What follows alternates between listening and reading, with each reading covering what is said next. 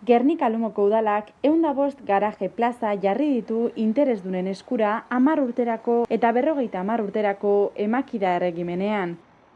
10 plaza ditu 50 urterako kontzesiorako 13.126,0 eurotan eta ordainketa bakarrean ordaindu beharko da. Gainerako 95ak 10 urterako emango dira hileko 40 euroko kuotarekin.